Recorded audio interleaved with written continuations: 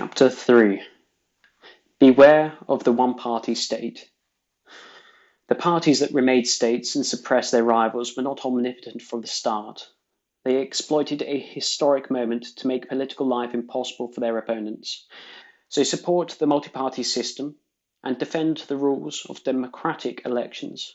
Vote in local and state elections while you can, and consider running for office.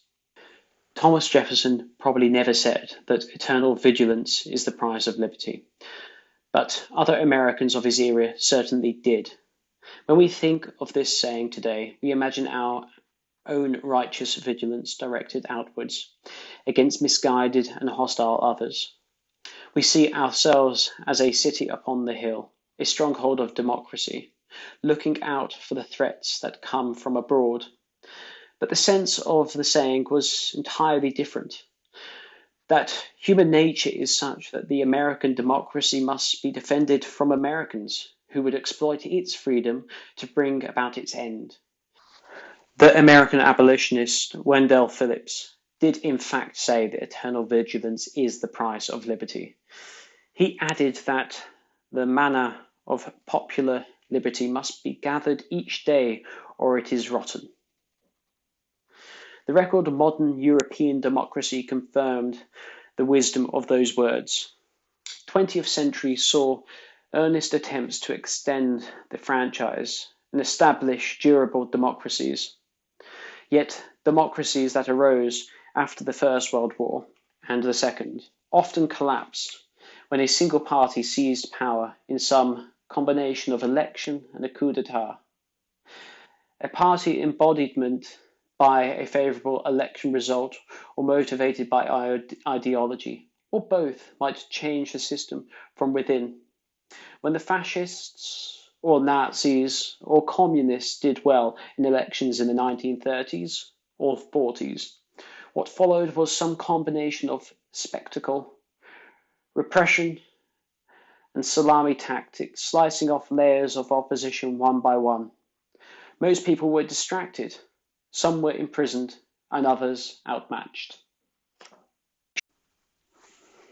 The hero of a David Lodge novel says that you don't know when you make love for the last time, that you are making love for the last time.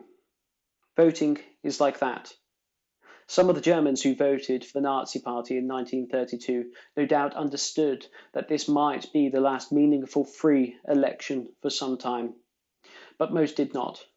Some of the Czechs and the Slovaks who voted for the Czechoslovakian Communist Party in 1946 probably realized that they were voting for the end of democracy, but most assumed that they would have another chance. No doubt the Russians who voted in 1990 did not think that this would be the last free and fair election in the country's history, which, thus far, it has been. Any election can be the last, or at least the last in the lifetime of the person casting the vote. The Nazis remained in power until they lost a world war in 1945.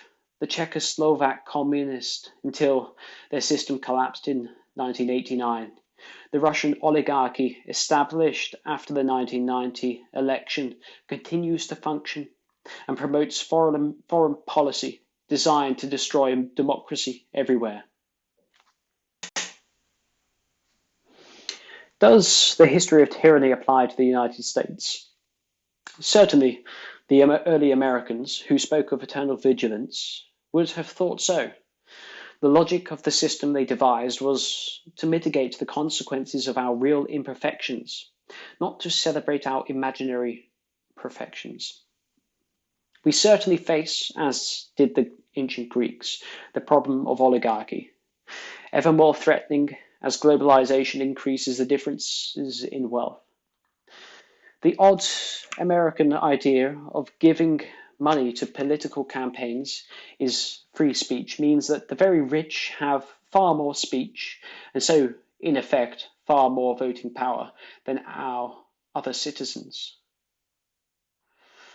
We believe that we have checks and balances, but have rarely faced a situation like the present, when the less popular of the two parties control every lever of power at the federal level, as well as the majority of the state house, the party that exercises such control proposes few policies that are popular with the society at large, and several that are generally unpopular, and thus must either fear democracy or weaken it.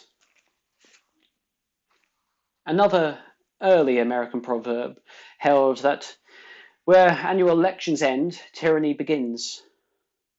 We will come to see one of our own elections, much as the Russians see the elections of the 1990s, or the Czechs the election of 1946, or the Germans the election of 1932. This, for now, depends upon us. Much needs to be done to fix the gerrymandered system so that each citizen has an equal vote, so that each vote can simply count by a fellow citizen. We need paper ballots because they cannot be tampered with remotely and can always be recounted. This sort of work can be done at the local and state level. Any future elections will be a test of American traditions.